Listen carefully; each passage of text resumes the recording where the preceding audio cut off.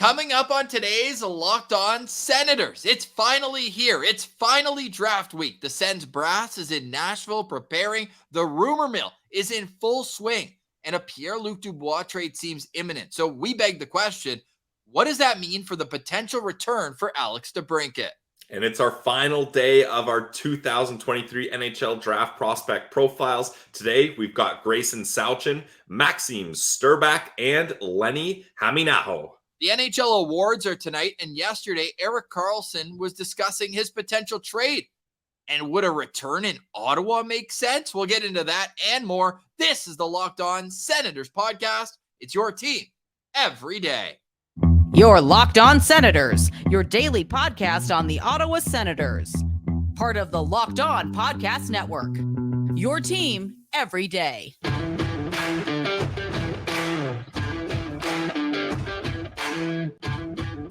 I'm Jake Sanderson, and you're listening to Locked On Senators podcast.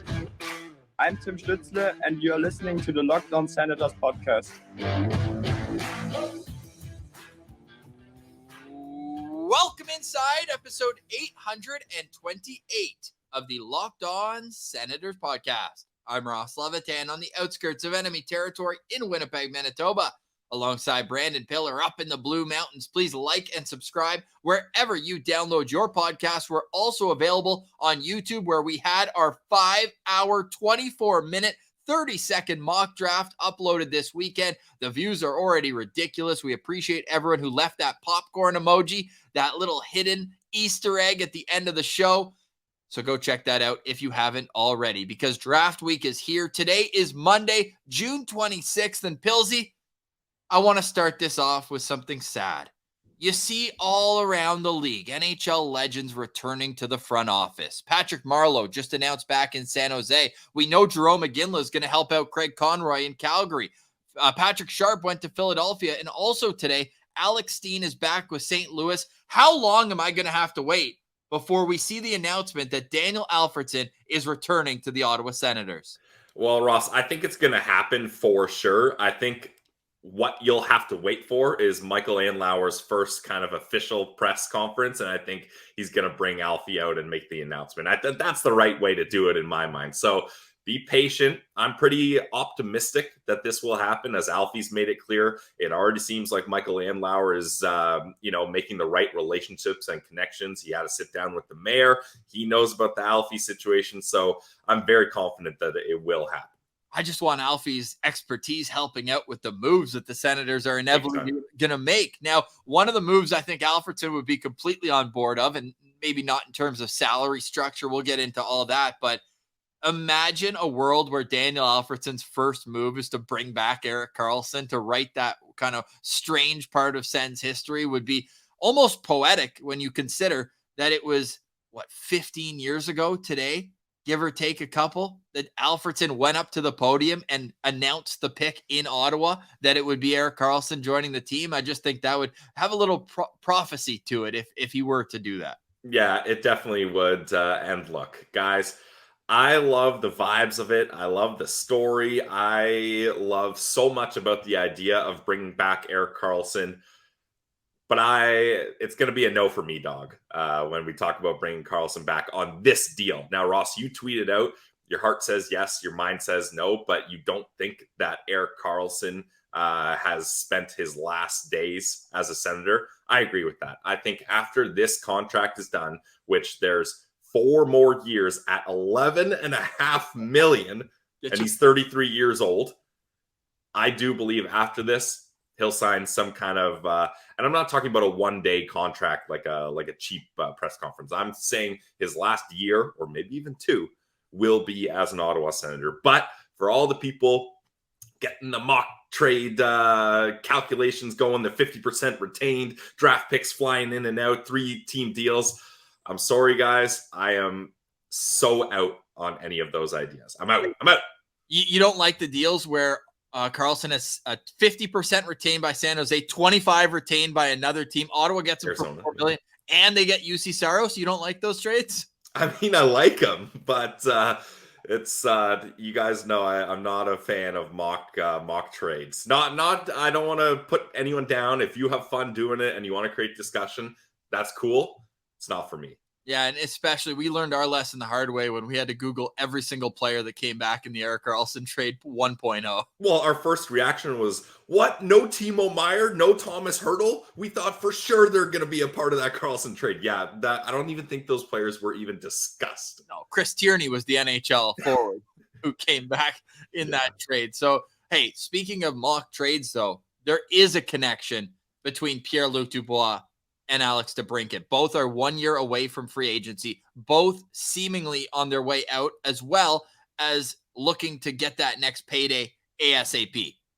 Could the DeBrincat one come with a contract extension? Murat Atesh of the Winnipeg Athletic said, hey, Dubois talking with LA right now for a new contract. It sounds like there's a deal pending. And the reported return, and I wish I could give credit where it was due. I don't know who exactly tweeted this out. It might have been David Pagnotta from the fourth period, but it sounds like Gabe Vilardi, who had 23 goals this past year, 23-year-old centerman, had some injury concerns. Those seem to be behind him, as well as Alex Iafallo, a pretty solid middle six player when healthy, again, and a draft pick. Like, does that boost the value for what some fans think the return could be for Alex DeBrincat? I think it at least gives you a kind of blueprint there, but I don't know what it is, Ross. I just feel like the value of Alex DeBrincat is low here. Like, yes, he had a down season for Alex DeBrincat standards, a 40-goal score, scoring less than 30 goals. But for some reason, I just think Pierre Dorion does not have a lot of leverage here. It just seems like he's kind of backed into a corner where I don't think the Senators are going to get a deal like that. And also at the same time, I don't think that's a deal that's the type of deal that makes sense for the Senators, right? I think the Ottawa Senators only want one forward in return. And then I think they want other assets that they can use to acquire a goalie, or you want to save some cap space to just sign a goalie. Yeah, I'm really interested to see how this all shakes down. I know all Sens fans are, and without getting too deep into the weeds on this one, the return is critical for the future of the Ottawa Senators. They can't mess this one up. They really can't. And if the best trade isn't available at the draft, it's not a prerequisite that DeBrincat must be traded by the NHL draft. I think it would be preferred, but I don't think it's a prerequisite. I think that this is a trade that could happen later on in the summer where you get a 2024 draft pick, as well as, most importantly, a player that can help your team right now get to the next level, because the theme is no excuses, Pilsy, this upcoming season. Yeah, it's more important to get the trade right rather than to get the trade done quickly. Yes, I would say that is very well said, Pilsy. So well said enough that you get a little check mark. Good job, Pilsy. Yay. Any other thoughts on the rumor mill that's been going around this weekend? Because we got some draft profiles to get to. We also have the mock draft out now with special guests, and it's been killing it. We really appreciate everyone checking in. A reminder, all the profiles are available on YouTube as well. Bite size, under 10 minutes. And that way you can get your fill, whether you're interested that a player went high, low, wherever it is on DraftNet. You can always check us out on YouTube. Thoughts for me is I've got an eye, Ross. I've got an eye on the Nashville Predators. That was an interesting move on the weekend, shipping Johansson out to, whether it's save salary cap space to bring in other players or to kind of start the fire sale in Nashville. It's going to be very interesting. I think they're going to try to move Duchesne on a similar type move. Not to Ottawa easy. I saw that dog head tilt like, huh? No, not to Ottawa, I don't think. But the reason I'm eyeing that is, will they be using UC Saros as a piece to bring in a lot of draft capital, whether it's prospects, picks, what have you? So Nashville is a very intriguing place. And we know that when a team hosts the draft, you want to make a splash, like Ottawa did when they traded with Nashville to move up and get that Erik Karlsson pick in 2008. We see it almost every year, right? Like Montreal drafting at home, they get the first overall pick. They want to make a splash there. You see it all the time with Nashville having Barry Trotz coming in as the second GM in franchise history after a 20-year run from David Boyle. I know Barry Trotz was his running mate for most of that time, but I do think that we're going to see him put his stamp on that team. So I'm circling Nashville as well as a team to watch. St. Louis is my other team to watch, obviously.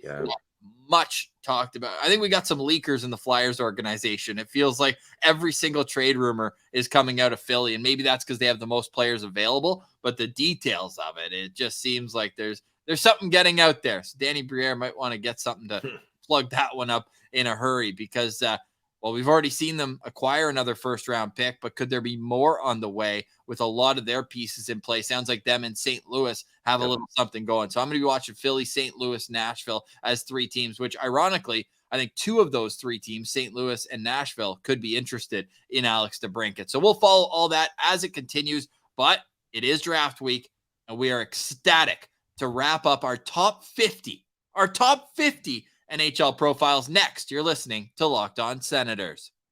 Today's episode is brought to you by our friends over at eBay Motors. Guys, for a championship team, it's all about making sure every player is a perfect fit. And hey, it's the same when it comes to your vehicle. Every part needs to fit just right. So the next time you need parts and accessories, go to eBay Motors. With eBay's guaranteed fit, you can be sure every part you need fits right the first time around. Just add your ride to My Garage and look for that green check mark so you know that your part will fit or you get your money back. It's simple because just like sports, confidence is the name of the game. And with over 122 million parts and accessories to choose from, you can be confident you'll be back in the game in no time. So get the right parts, get the right fit, and get the right prices at ebaymotors.com. Eligible items only, exclusions apply. Let's ride with eBay Motors.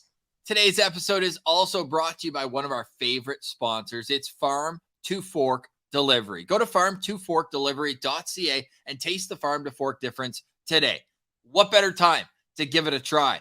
It's grilling season. It's the heart of summer. The longest days of the year are here up in Canada. And one of the best ways to celebrate is by throwing some fresh meat right on the grill. And because all of Farm to Fork's meat is vacuum sealed, flash frozen right at the butcher's table, it is as fresh as possible. And you will never go back to grocery store meat after you try these. Now, right now, they have buy one, get one organic chicken wings on now. 50% off. You get 10 pounds of wings for the price of 5, certified organic, unbelievable, peak freshness, and they come in one 10-pound bag. So you're literally going to get a bag of 100 wings. Thanks for coming out. That is a crowd pleaser. If you're hosting a party, whatever it is, make sure you go there. 100 wings for $50. I'm no math guy, but that is a heck of a deal. And because you're a listener of Locked On Senators, chop 10% off any of your first orders at Farm to Fork. Use promo code SENS10. I placed the order to my folks' place, so I'm heading there next week. I'm fired up to get that in me. Maybe I'll have to match Pilsy with a little instructional video. Chop, chop, chop. Having some good eats over at Farm to Fork. They deliver not only in Ottawa, though. They deliver in the GTA. Ask Scott Wheeler. Sent him a little care package the other day up in Newmarket. So they are all over the place. Western Quebec. You just head over to farm2forkdelivery.ca, put in your zip code, and find out how you can get your Farm to Fork delivery. Sens10 gets you 10% off. Head over to farm2forkdelivery.ca. Taste the Farm to Fork difference. You will never go back to grocery store meats.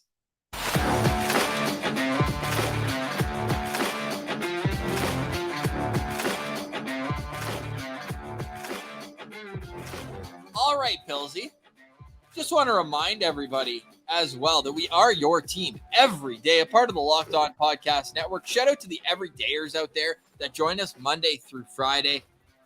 Just want to be local experts on the biggest story, but it is the show for fans by fans here for the Ottawa Senators. A reminder as well that we will have a live stream. We're booking guests. We're going to have some special guests with us in the 2-hour lead up to the NHL Draft. So the live stream is set to go live 5 p.m. Eastern on Wednesday, June 28th. And we're going to be talking all things draft. And could there be some surprises in the first round? Always. And I think this next player is one of those. Coming in at number 48 on our Locked On Senators NHL Draft rankings, it's Gracyn Sawchyn out of the Seattle Thunderbirds. And man, it almost feels like while playing on such an elite team, it almost put a ceiling on what type of production he could have.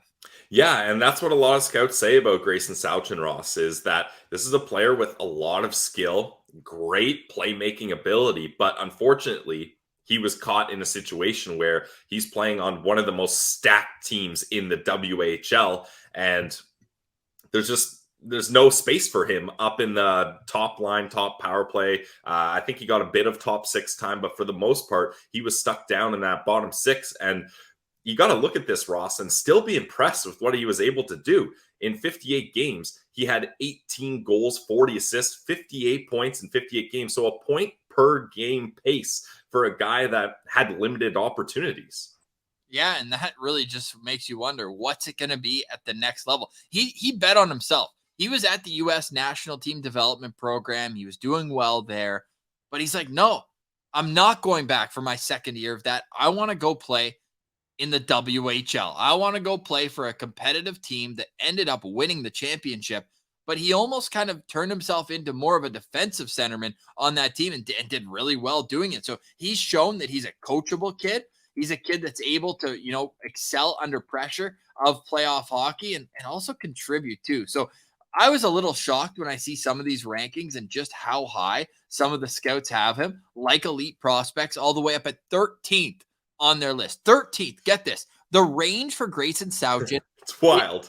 It's 13, and Corey Pronman has him at 116th. But as we sometimes do, and I think next year will do, we should take out the top and the worst. Because if we do that, the range shrinks from 13 to 116 to 32 to 49. Like, it's like early second round, we think, is in all likelihood where he's going to go. But at 5'11", 157, right shot, plays centerman, you just see so many intangibles and playmaking dynamic skill that you could see him being a first-round pick.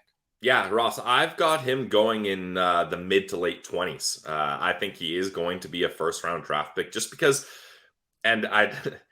it's ironic, but I have Seattle, not the WHL team, but the NHL team, the Kraken, as a team that would like him, and the Carolina Hurricanes, because his advanced analytics are off the charts. And that's the thing. Like, you can't look at a guy that's stuck on lower lines and just say, point per game in the WHL, like, that's good, but it's not first round talent, right? You got to look past that. You got to look outside the box there. And I think those are two teams that would do that.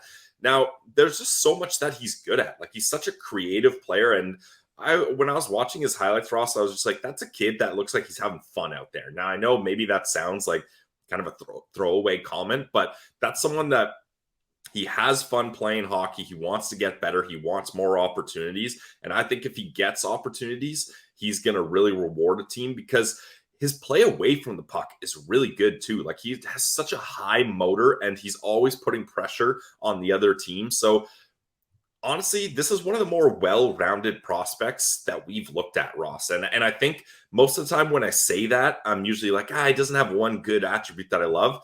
No, he is an excellent playmaker. So he's a well-rounded, advanced analytic darling playmaker that can play center, wing, power play, or penalty kill. Like, there's just so much versatility and opportunity with Gracyn Sawchyn that I think if you see a team pick him in the first round, you're going to have people saying, oh, what a reach, blah, blah, blah. But I think that team is going to have no issue at all standing by their pick. Versatility is the words you took right out of my mouth. He can be a matchup centerman that gives you fits as a third line. Defensive awareness is off the charts, but then in the offensive zone, he'll wow you with skill. So I think a team's going to fall in love with that. And I love the Seattle thing. And, you've got a young fan base there in terms of having an NHL team. I do think it'd be kind of cool for them to be like, hey, how about we reach out, like a verbal meme, the two ripped arms going side by side, Seattle Thunderbirds, Seattle Kraken. And then, you don't think ticket sales for the Thunderbirds are going to spike, if they've got a top pick going? But no, that's no reason for Seattle to draft them. At least the Kraken would be great for the Thunderbirds, who just won the WHL championship.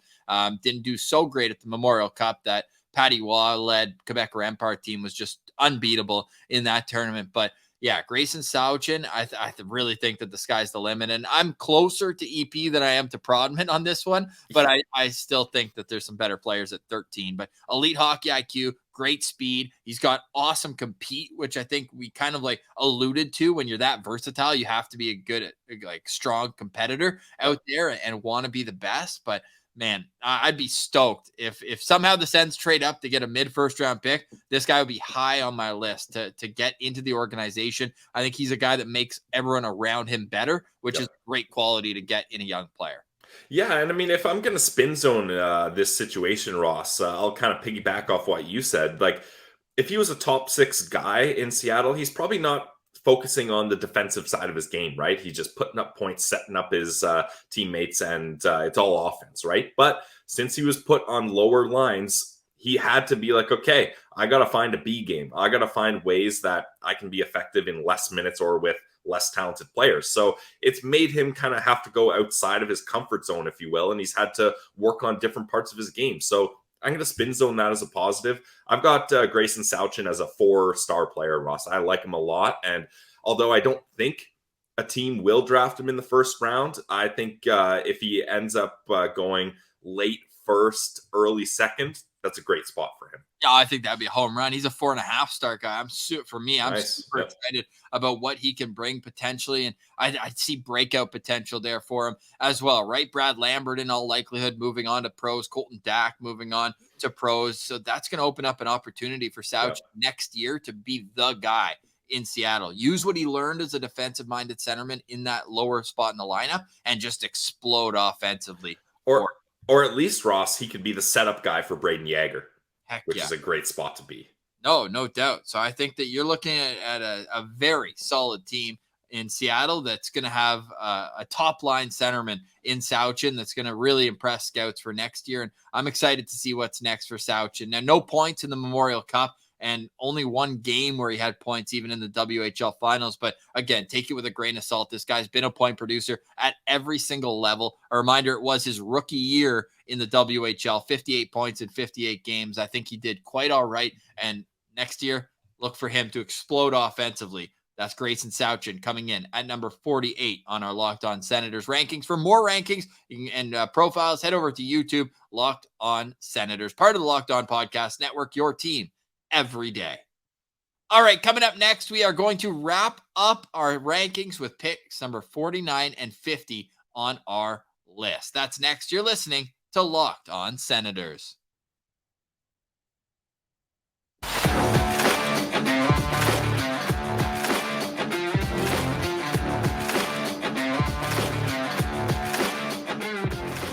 All right, Pillsy. Locked On Senators, your team every day. Woo! Check us out on Twitter at Sens Central and on Instagram, lockedon.senators. Please like and subscribe wherever you get your podcasts. Rate us 5 stars. Goes a long way to helping the algorithm. We are the show for fans, by fans, part of Locked On Podcast Network. And coming in at number 49 on our Locked On Senators 2023 NHL Draft rankings, it's Maxim Strbak out of Slovakia, but he came over this year, played in the USHL, and he's heading to Michigan State next season. Yeah, this is a very interesting prospect, Ross. His father, Martin Strbak, was a longtime pro player, had one season in the NHL, mostly played in the KHL, but so there's some hockey history in his family. And this is a right shot defenseman that at 6'2", 205 pounds, or at least that's where I've got him. Yep, same with you. That's the making of a really good defenseman. And he has abilities to play on both sides of the puck. If you watched any of the World Juniors, you would have noticed him on Team Slovakia. He can break the puck up with ease. He can run a power play. But at the same time, he does a really good job getting sticks in lanes, blocking shots, playing a good defensive game. So I think this is a guy that teams could look at in this range where we've got him 49th, maybe mid to late second round pick. And you can be pretty happy with at least where you're starting off with Maxim Strbak. Slovakian, another Slovak. The Slovak revolution is here to stay in the National Hockey League. As you mentioned, the size is NHL ready. I think that the hockey sense is NHL ready. I think that he's amazing in transition. All these clips, especially from the World Juniors and at the U18s, where he's a one-man breakout, it seems, at that level against his peers. He gets it. He blocks shots like crazy. At the next level, you're hoping that he becomes a shutdown, everyday defenseman that can play against the other team's best players and maybe contribute 15 points this season. Points are not going to be what gets Maxim Strbak to the next level. Bob McKenzie, highest on him. And that's obviously indicative of how the scouts are thinking about Maxim Strbak. 33rd on Bob McKenzie's rankings. Corey Pronman has him at 34. Chris Peters has him at 41. Craig Button has him at 51. And then Scott Wheeler is all the way down at 71. Elite Prospects at 78. Pilsy, is he a bad skater? I don't think he's a bad skater. I didn't really see anything about his skating, honestly, Ross. Like, I thought he's a decent skater here. And I just, watching highlights of him, I like the way he plays. Like, he looks confident out there. Like I mentioned, he's got a good size. EP's David St. Louis, one of our favorite prospect analysts, he says, the NHL qualities for Strbak is his desire to make a play and his ability to engage opponents. So there you go. You got a guy that has NHL kind of qualities on both sides of the puck. He wants to make plays. And then also when opponents are attacking, he's going to engage in them and he's going to make it difficult for them to get around him. So I really think that him coming over to North America early, getting some USHL experience, then getting some college experience, I think that's going to do great for his development here. And this is a guy, Ross, that I really like. Like, he doesn't have that one attribute that grabs me, but for defensemen, I tend to be a little more lenient on that because you want a well-rounded defenseman, especially when you've got a well-rounded defenseman that's a right shot with size.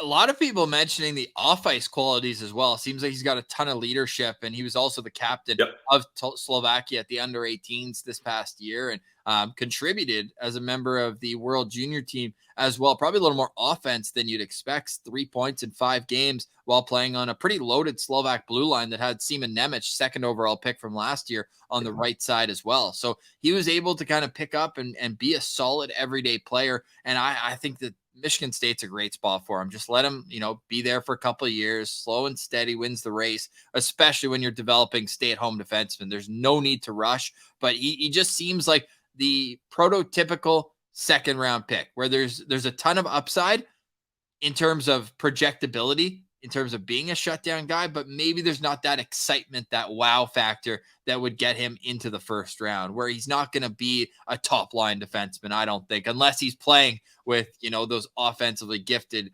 players. Like I could see him playing with a Josh Morrissey, or a guy who you want to play with a little bit more defensive responsibility to let him do his thing. Now, I think on the low end, though, we could be looking at another, and not to bring up just because he's Slovak and maybe didn't pan out, but as a Senator show, like Christian Jaros kind of comes to mind a little bit there, where they both went over and played in Scandinavia. Jaros was in Sweden, and Maxim Strbak, before coming to the USHL this year, was in the Jokerit system in Finland, and there he did really well. But I just think that maybe what Jaros didn't do was come over early enough so he could transition to the smaller ice, because for a defenseman, like, it's most important for a goalie, second most important for a defenseman, because you're still dealing with angles in the defensive zone, being in the right spot. The one knock on him too is sometimes, even though he loves breaking the puck out by himself, sometimes there's a more simple play that he doesn't make. And I think that if he learns to control when to go and when to make a safe play, live another shift type thing, I think that could help him out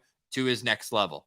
But I love the potential. He's 4.5 star guy for me here. Nice. I got him at 4 stars. I think, Ross, you're going to see him either be a number 4 defenseman, so a guy like the second best defenseman on a second pair that complements an offensive guy, like you said, or a really good shutdown defenseman on a third pair, because I think this is a shutdown defenseman with offensive abilities. I don't think he's really a two-way guy, certainly not an offensive guy. He's a shutdown guy that isn't strictly defense, and I think there's room to grow here. So, yeah, I like Maxim Strbak for sure. I think that any organization would be happy to have him. I know in other profiles we've been like, I think this team or this style of team, I think any team could use a defenseman like Maxim Strbak in their system, but you do have to be patient with him. I don't think we're going to see him in the NHL for the next 3, 4, 5 years, but when he does get up there, you're like, man, what a steadying presence if the development path does go the way you would hope. So Maxim Strbak comes in at number 49 on the Locked On Senators NHL Draft rankings. For more profiles, head over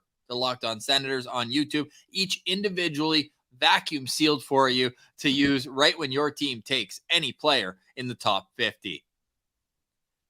All right, Pilsy, here we go.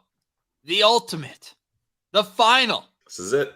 Coming in at number 50 on the Locked On Senators NHL Draft rankings, it's Lenni Hameenaho out of Finland. And man, this kid's got probably some of the best hockey sense in the draft.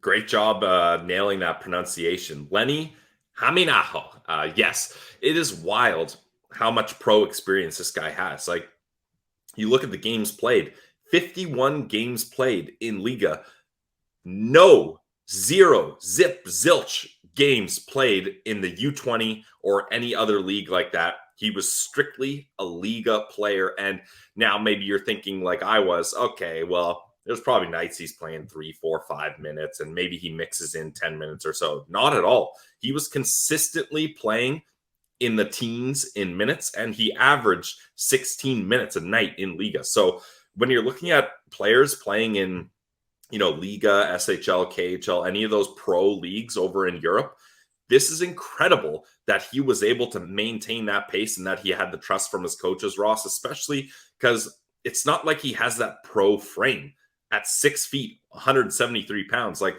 I'm not calling him a small player, but I certainly wouldn't call him a big player. So for him to stick in and be able to have that trust from his coaching staff and teammates, it's pretty incredible. And Elite Prospects mentions there's no prospect in this draft with a wider gap between the hockey sense and skating ability. Skating is what he needs to work on the most. Elite Prospects gave him a 3.5 on skating, which is ironic to me that he's able to excel in a Liga role on the big ice if he's not able to be a very good skater. So to me, that was very interesting. Now, he's also a November birthday, so he is one of the older players in the draft. September 15th is the starting date to be eligible for a draft, so he's 2 months after that.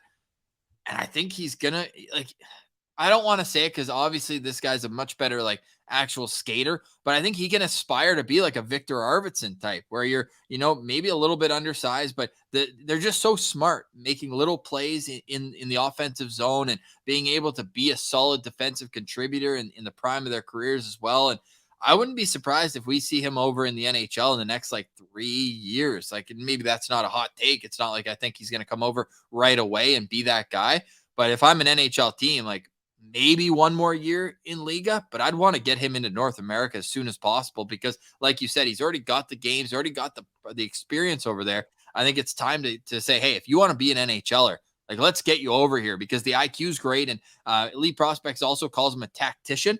And if that's the case, man, let's get you on the same sheet you're going to make your dough in the NHL on. Yeah, I agree. I think you try to get him over to the AHL ASAP, Ross. I think he's ready for it. And the thing is, he uses that hockey IQ to make up for that skating and the lack of size up against other men, right? I think when you watch highlights of him, you're able to see that when he gets into scoring opportunities and when he scored some of his goals, it was because he was in the right place at the right time and read the play properly, which you have to do. You have to find a way to make up for that skating and lack of size. And I think he does a good job of that. He's got a nice shot, good hockey IQ. He hangs in around the net. And I liked what he was able to do offensively. Now, as a young guy in Liga, he was getting pushed around a lot. I saw a bunch of highlights where it was very easy for some of his opponents to win battles up against him, which, again, you're a young player, and he's not winning any races for loose pucks up against these other guys, right? So, but maybe if he was in the U20 league, you're not noticing that, right? So, you got to tip your cap for him sticking in Liga there. I think it's tough, though, because unless his skating gets better, he's really limiting himself and what he can do. So I don't know whether he needs a better skating coach over in Europe or, like you mentioned, don't even bother improving the European skating game because that's going to be irrelevant on those big rinks. Get him over to North America and get him with a power skating coach immediately and have that worked out in the offseason once you draft him. But I do see potential in Lenni Hameenaho. Heck yeah. He had 3 goals and an assist in 8 playoff games for Assat as well. We're Sens fans Assat, why does that sound familiar? Well, Nicholas Matin-Palo, one of the European free agents signed this summer, was one of his teammates there in Assat, one of the premier teams in the Liga, who ironically lost to a team that Ottawa has been very familiar with recently in Eels. So Eels was the team that beat them out. They lost 3-2 in the series deciding game 5. Well, who had both of the goals for Asat?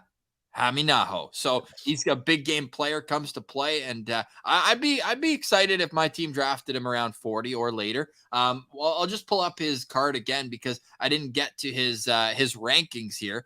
44 is exactly where Bob McKenzie has him. Corey Pronman at 55, Scott Wheeler at 53. We have Chris Peters at 56, Craig Button at 59, and Elite Prospects down at 61. Obviously, skating being a factor there. He's got an average of 54.6 on his rank. So he comes in at number 50, and I think it's a good upside bet, but with the caveat that he won't be able to make it unless the skating does improve. Yep, I agree. Yeah, I've got him going late second round, early third round, Ross. Like, this is the player where we mentioned that maybe a contending team like a Boston or Colorado looks at adding this guy, and they say, look, we don't think he's got top 6 potential, but we need a guy that can be pro ready quicker and that can play in our bottom 6. And Lenni Hameenaho is a guy that fits that profile. For more draft profiles, head over to Locked On Senators on YouTube. We have a top 50 and honorable mentions. Pilsy, draft season is officially here, which means all the training we've done over the last month is about to pay off, and that's why we're going to have our live stream leading up to the draft. Immediate reaction following the first round, immediate reaction following the second round, and then we will be boots on the ground at Sens Development Camp early July. Going to bank some interviews, get you guys some live coverage at Locked On Senators. It seems like it's the next step of what we need to do here as a part of the Locked On Podcast Network, your team every day. Yeah, it's going to be interesting, that's for sure. Ross and I are very comfortable doing our show from our laptops in our home studios, so we're going out into the wild and going to be setting up our own interviews with cameras, audio equipment at either Sensplex or CTC. So it's going to be a whole different viewing and audio experience for everyone, but we're excited for the challenge. It just feels like a next step and something that we can, expand what we do and how we do it. Obviously, the fan support has been unbelievable, and we're really appreciative of everybody who literally rides with us each and every day, or whether you just pop in every once in a while. We truly do appreciate everyone for kind of helping us grow the channel as much as we have, and growing the podcast as much. So I think this would be a really cool thing, and shout out to Sens PR for being super accommodating for us. Hopefully we can get Dorion live. I think he would be a blast to have on. I've got some really stupid questions I want to ask him, and I think it would work better to do in person than over Zoom or whatnot. So I'm really excited. I think this can be a great trip to Ottawa. Obviously have some Shawarma Palace, get my farm to 4, Pilsy. Like, we're gonna be dialed in, and we're gonna have a blast. So that's coming up next week. It almost feels like we're a part of the draft, right? All the players get drafted and then they go to their home cities. Draft ends Thursday. I'm flying to Ottawa Friday. So we're going to be right in the mix there. And hey, maybe we'll get an airport interview if I run into one of the new Sens draft picks in Ottawa on one of the coolest airport things. And obviously it's because it's home. It's probably not that cool, but where they've got the waterfall going and it just says Ottawa, and you come down the escalator and it's like, oh yeah, I'm home. I can start smelling the garlic sauce from down the street at Shawarma Palace. Yeah, that's the best. And so we're excited for the the draft coming up. I wanted to get into the mock draft. 5.5 hours on YouTube. It's an absolute marathon. We had a blast doing it. And this is a passion project for Ross and I. Like, Locked On does not ask all of their shows to do a 5-hour video on a Saturday. So this is just something we love doing, and we hope you enjoyed it as well. And on tomorrow's episode, Ross and I will be making our own draft rankings and comparing them head to head, maybe get a little contentious on a couple players. So that'll be fun as well. Should we also do some superlatives, like most likely to and best of this, like, break down our rankings a little bit? Like, you mean as in projections, or what do you like? Are you talking like most likely to win Art Ross Trophy or something like that? Like, that's what you're getting into? Yeah. Okay, interesting. Yeah. A spoiler: Connor Bedard. Yeah, that's fair. But no, we'll have a lot of fun on tomorrow's show and then get into the draft. We're reaching out to some people who are in Nashville, hoping to get them on the stream. But of course, they might be busy at the same time. But either way, we do have some guests lined up. We're going to have a blast on Wednesday. Join us in the chat. We're 2-hour live. Like, live shows are always fun because we get to interact with all the listeners. So make sure you join us for that. Make sure you watch to the end of the mock draft. Find the Easter egg. We've got over 150 comments already on the draft video. It really kind of feels validating when we spend that much time doing something to make sure that people are enjoying it. So we appreciate everyone for doing that. And draft week's the best, man. If any trades go down, Locked On Senators will have live reaction to it as soon as possible. Pilsy, were those your final thoughts, or do you have anything else you want to leave the people with today? Some wisdom. Oh man, you're asking me for wisdom. I'm gonna quit while I'm ahead. No more final thoughts. Weren't you out in the bush this weekend? That's where wisdom comes to a person. No, I wasn't out in the bush. I was at the cottage. So lot of things, some sunshine, a lot of drinks, enjoyed time on the lake, but wisdom was not something I acquired this weekend. Let's just put it that way.